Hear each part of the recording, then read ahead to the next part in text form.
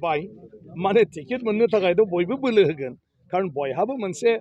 माने इस्सा थायो जे गाव जिउआव जुदि एमएलए जानो हायो एमपि जानो हायो रायजो राजानि खामानि मावनो हायो बेबायदि माखासे थायो ओंखायनो पार्टियाव जिहेतु नेमानो बेनो जे बयबो टिकेट बिनो हायो नाथाय जोबनायाव पार्टिया सायख'नानै सासेखौल' होयो थिग जोंनाबो बेनोमोन बिजेपिआबो लुगैदों जायगा बिनि उनाव बिजेपिनि गेजेरावबो साथाम साब्रै टिकेट नागिरदों बिपिएफआबो नागिरदों जायगा आरो बिपिएफनि गेजेरावबो साथाम साब्रै टिकेट बिदों अदेबानि दा जिहेतु गासै पार्टियानो जनानै फाइनाल खालामबाय दा जाय फाइनाल खालामबाय बेनोसै आरो बेखौ जों बादा होनोबो हाला आरो दा गासिबो ज' जानानै दा देरहालांहोनायनि खामानि मावनांसिगौ गतिके बे राजखान्थियाव मोनसे मिथिंगायारि जाथाय आरो नेचारेल बे जाखायो आरो जाय सिरि जनानै थायो बेलाय अबावथो मोननो ओंखायनो एसे दावराव दावसिबो खालामनांगौ जानांगौआ दिनैथ' मोनसे रोखा बिदिन्थि जाबाय जे माने बिपिएफ बिजेपि आरो एजिपि जयैनो दिनै आंनि नमिनेसन होनायाव बाहागो लाफैजोब्बाय आरो आं सानो जि हाजार हाजार मानसिफ्रा दिनै खावलायनाय लेखा बेवहाय नमिनेसनाव आंजों हेफाजाब होफैबाय बेखिनि मानसिया जुदि थांनानै खामानि मावोब्ला माने गासिबो जायगानिफ्रायनो जोङो समर्थनखौ मोनगोन आरो आं सानो जिहेतु बिटिसिआव हाग्रामा महिलारि मानव गेदेर बिथांनि दैदेननायाव बिपिएफ आरो बिजेपिनि सरकार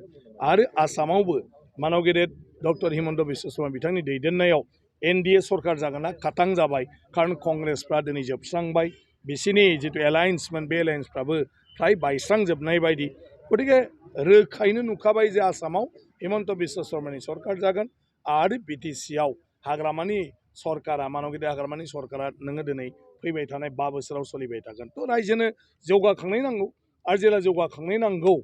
अब्ला माने जायफोर जौगाखांनायनि खामानि मावनो हायो बिसोरजोंनो थानानै रायजोआ खामानि मावगोन ओंखायनो आं सानो बे रायजोआ दा खुनु दिन माने सरकारनि हेंथायै माने थांनो गोसो जाया सरकारनि सापर्टआवनो थांगोन आरो दानि सरकारा लामा दालां स्कुल इउनिभारसिटि माने इरिगेसन गोबां बेबायदि खामानि मावदों नाथाय बिनि अनगाबो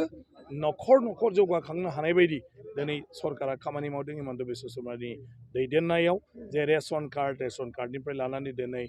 निजुत मयना जोंनि फरायसुलिफोरनो रांखान्थियारि मदद होनाय बाबु आसनि लानानै फरायसाफोरनो रांखान्थियारि दिनै स्किम होदों दिनै अरुणोदय जोंनि माने गरिब मानसिफोरनो बेखौ होदों दिनै पिएम किसान आबादारिफोरनो बे आसनिखौ होदों दा बेबायदिनो सानथ्र'हायै महिला उद्यमिता गासै आइजोफोरनो बिमाबो मोन्दों फिसाजोबो मोन्दों बिहामजोबो मोन्दों माने बे रोखोमनि जाहाथे न'खरा जौगाखांनो हायो गतिके बेजों थाया आरो दस्रा सोरजों थानो रायजो राजाया ओंखायनो आं सानो मा आङो सासे एनडिएनि केन्डिडेट हिसाबै बे बिसायख'थियाव आं बेबायदि जेबो गोब्राब जागोनखौ नुहुराखै आंखौ सासे दिनै केन्डिडेट हिसाबै आंनिफ्राय माने गाहाम हामलायनाय बावहरदों केन्डिडेट हिसाबै बाखिथ' दा दावहा माने भटनि दावहा गतिके रायजोनि खाथियाव जों थांनांगोन दा रायजोनि खाथियाव जों मा मेसेज लानानै थाङो आरो बेवहाय रायजोआ सोरनिखौ मोजां मोनो ओंखायनो अलरेडि बुंबाय आंनि मेसेजआ जौगाखांनायनि आंनि मेसेजआ बिटिसि सरकारनि दारै माने तामुलपुरखौ जौगाखांहोनाय आरो हिमन्त बिश्व शर्मा बिथांनि दारै एनडिए सरकारनिफ्राय तामुलपुरनि जौगाखांनाय जोंहा दिनै तामुलपुरा जिल्ला जाबाय नाथाय अफिसफ्रा आदालतआ जाजोबाखै बेखौ आहा खालामनांगौ दिनै जा मेडिकेल कलेज जाबाय बेखौ जों जाहाथे फैगौ बोसोरावनो एकाडेमिक सेसनखौ आरम्भ खालामनो हायो जोंहा दिनै मडेल कलेज दं नाथाय न' बां लुनाया जाजोबाखै गतिके बिनि थिखादारखौ जुदि माने आयेनगत भाबै बे मावनांगौ मावाखैबा ब्लेकलिस्ट खालामनानै गोदान थिखादार लागायनानै बोसोरसेयाव न'खौ कमप्लिट खालामनानै जोङो साइन्स स्ट्रिमखौ बेवहाय आरम्भ खालामनो हायो नामा कारण तामुलपुराव जोंहा साइन्स स्ट्रिम गैया थ' बिनि अनगाबो आबादारिफोरनि थाखाय इरिगेसन मानसिफोरनि थाखाय लोंनाय दै आरो बेबायदिनो माने मा होनो जोंनि लाइमोनफोरनि थाखाय माने बोरैहाय जोङो बिसोरनि जिउखौ गायसननो थाखाय साख्रि बाख्रि मोननायनिफ्राय लानानै